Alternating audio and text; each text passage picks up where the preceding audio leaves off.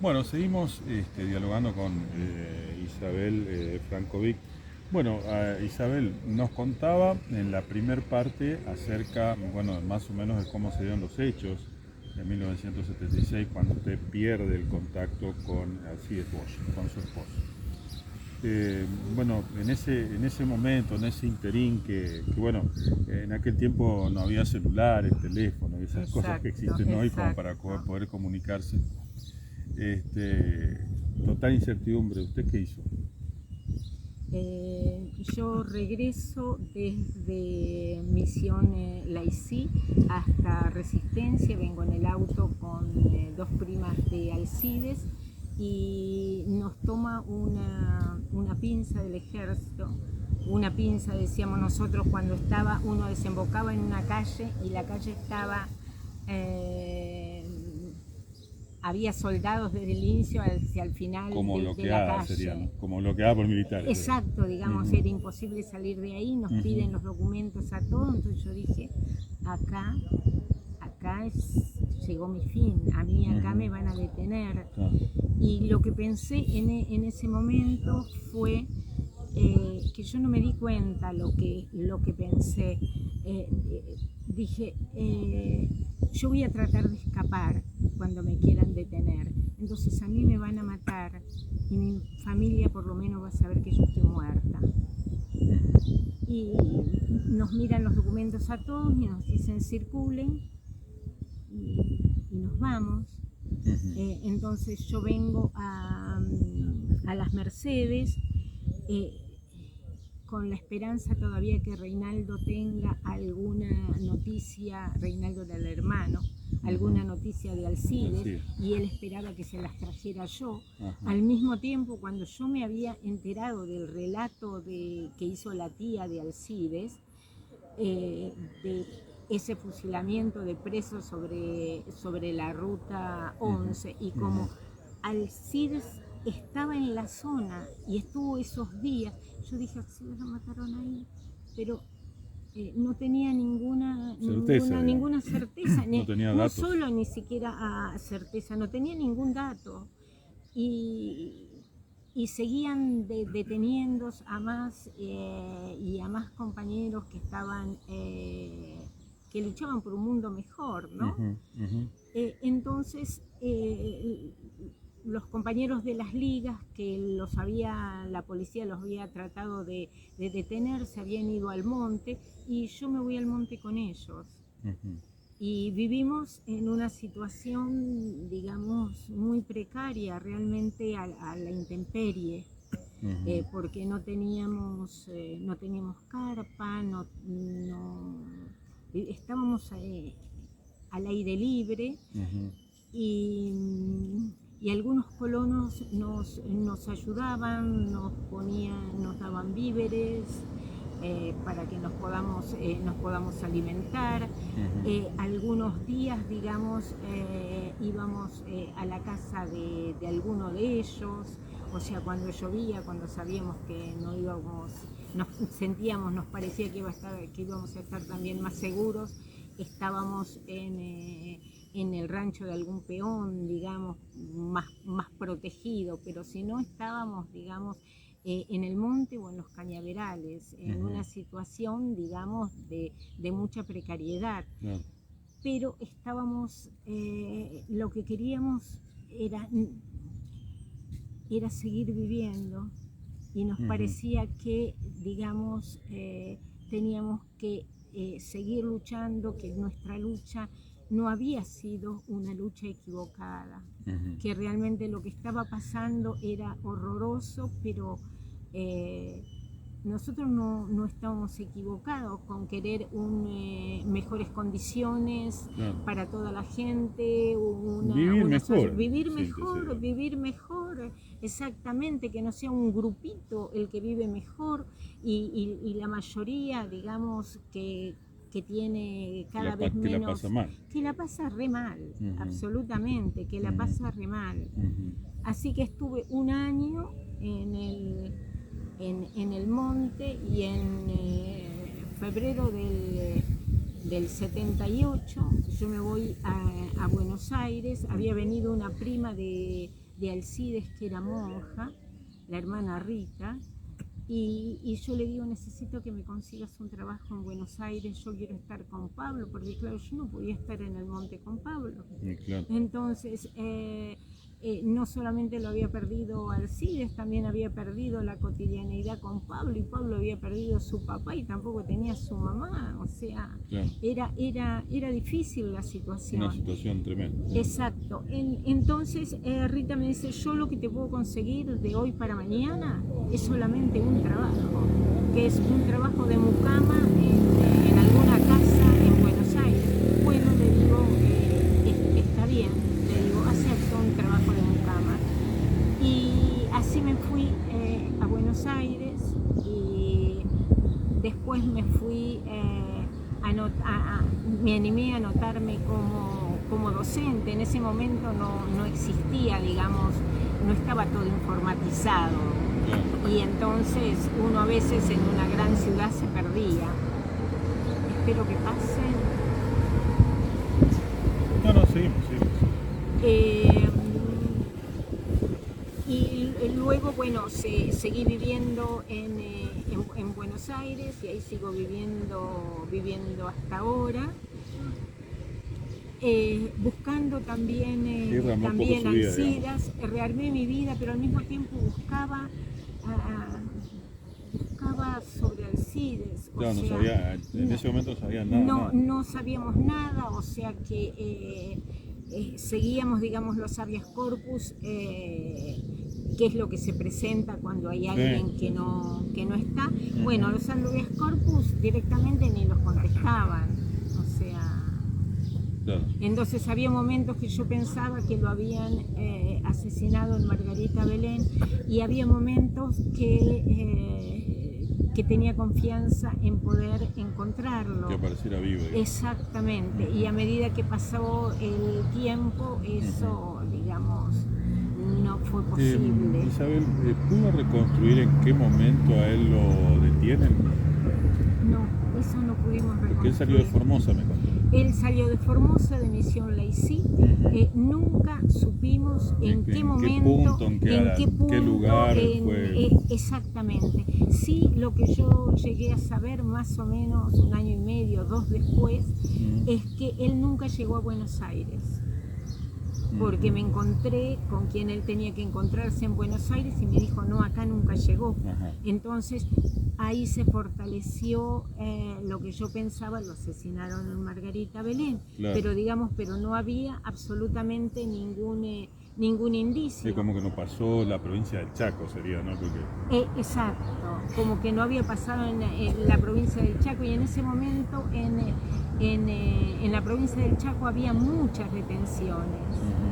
Entonces, bueno, no solamente en la provincia del Chaco, lamentablemente, porque acá en el norte de Santa Fe también, y ahora que me acuerdo, el 30 de enero del 76, detienen como a 30 colonos, entre ellos está Eulogio Sellarés, y él está preso un tiempo bastante largo, luego le dan la opción para salir del país y se va a España, y luego después regresa. Pero él lo detienen antes del golpe de Estado, entonces él pasó a estar a disposición del Poder Ejecutivo. ¿Y eso era una pequeña ventaja? Y de alguna manera es lamentable decirlo, que eso es una ventaja, porque parece que no es ninguna ventaja en realidad. Por eso pregunto. Claro, la ventaja era que se sabía, digamos, dónde estaba. Por lo menos con eso. Los desaparecidos, digamos, no sabíamos nada. Bueno, y pasaron casi 30 años hasta que usted puede reconstruir la historia. Sí, un día nosotros, estoy con mi compañero actual, con mi esposo actual, estamos regresando, habíamos ido al cine, regresábamos a la casa con nuestra hija más pequeña, y encontramos 3 mensajes en el contestador automático. Y el último mensaje decía, supongo que ya están en el Chaco, ¿no? Porque y el otro mensaje, ¿ya se fueron? ¿Ya saben algo más de Alcides? Y el primer mensaje es, bueno, me imagino que ustedes ya deben estar enterados, se encontraron los restos de Alcides. Yo no podía dormir. Entonces lo llamé, lo desperté a él, me dijo que la noticia había sido por Radio Nacional. Llamo a Radio Nacional, en Radio Nacional me dicen que tomaron la noticia de Radio Nacional del Chaco. Esa noche desperté a todos los que pude despertar y al otro día seguí preguntando. Y entonces en Radio Nacional del Chaco me dijeron que la información la tomaron del diario La Región, que era un diario pequeño que se publicaba en Resistencia. Y ahí había salido la información que se habían encontrado las huellas dactiloscópicas, como había dicho antes, de un NN femenino y un NN masculino. Y daban los nombres, decían pertenecen a Alcides Bosch y a Emma Cabral, como luego se comprueba. Antes de eso, digamos bastante tiempo antes, cuando estamos en el equipo de antropología forense en Buenos Aires, Pablo deja una muestra de sangre para poder identificar a su papá si alguna vez se encontraban sus restos. Y cuando me preguntan a mí qué era lo que sabía de Alcides, yo afirmaba ya en ese momento que Alcides lo habían asesinado en la masacre de Margarita Belén. Entonces ellos me dicen, ¿y qué pruebas tenés? Y yo le digo, ¿cómo que pruebas? Sí, me dice, lo vio alguien cuando lo detienen, lo vio alguien detenido. Y yo me puse a llorar porque me di cuenta que lo que ya sabía, que no tenía ninguna prueba. Que no tenía nada. Claro, y ellos lo que me proponen eran trabajar juntos y buscarlos juntos. Y entonces ellos hacían su investigación y yo hacía mi investigación. Y por esa fecha, cuando aparecen las huellas dactiloscópicas de Alcides... ¿Qué año es esto? Eso es en el 2005. Del 76 al 2005. Nada, no había 29 años. Claro, no había habido absolutamente nada hasta ese momento. Bueno, y ahí entonces comienza con el equipo de antropología forense. Y ahí entonces comienza a hacer la investigación de los restos óseos, sería, ¿no? Lo que hace el equipo de antropología forense, el juez había ordenado que se exhumaran restos en el cementerio Pedro Lozano de Resistencia. Y yo había conseguido las fotos en una publicación, fotos de compañeros que militaban en la JP con Alcides y que habían sido asesinados en Margarita Belén. Entonces yo voy al equipo de antropología forense y le digo, acá le traigo la prueba. Digamos, ellos estaban en la JP, Alcides también, ellos los detienen, los asesinan en Margarita Belén, entonces Alcides también. Y digamos, más lo que las huellas dactiloscópicas que aparecen. El antropólogo, cuando fue a exhumar los restos, me dijo, yo tenía casi la certeza que eran los restos de Alcides, porque se había logrado construir información. Claro, como que se fue armando rompecabezas. Exacto. Entonces, hacen dos cosas, exhuman los restos óseos que están puestos sobre una tumba que ya existía, ponen los restos, unos restos, no sé si primero el de Alcides o el de Emma, lo cubren con tierra y después otros restos, o sea, nunca los íbamos a encontrar puestos en otra tumba.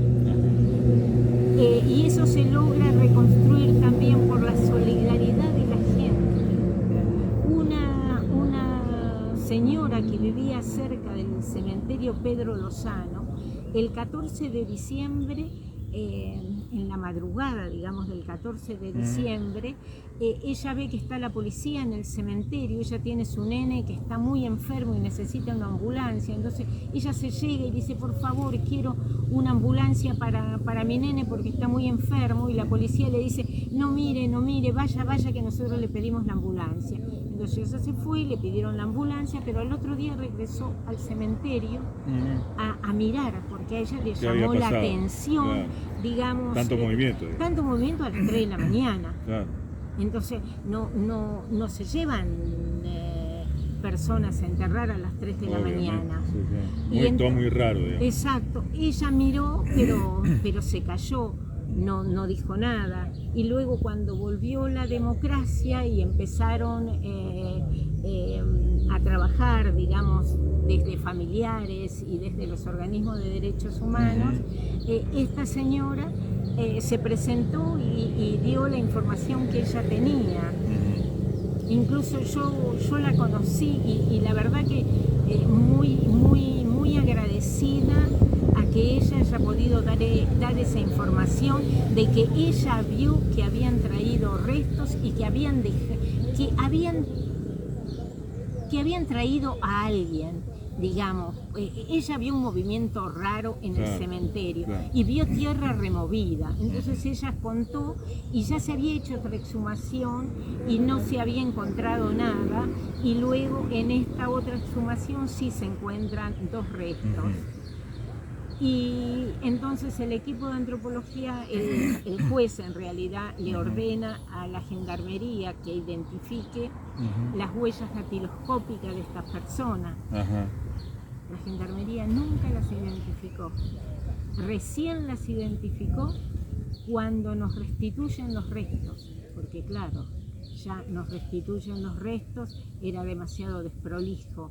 Claro. Pero podíamos decir, ya no necesitábamos que ellos constataran, digamos, de quién eran las huellas dactilares, y ahí dicen que pertenecen a Emma y que pertenecen a Alcides Bosch. Claro. Bueno, para ir cerrando, digamos, ¿qué reflexión le queda a usted de todo este tiempo, de todo esto que nos ha relatado, y que bien sirve para reconstruir no solo la historia personal de Alcides Bosch, de su historia, sino parte de la historia de Argentina, del norte argentino también, ¿no? de la lucha planteada acá en nuestra región.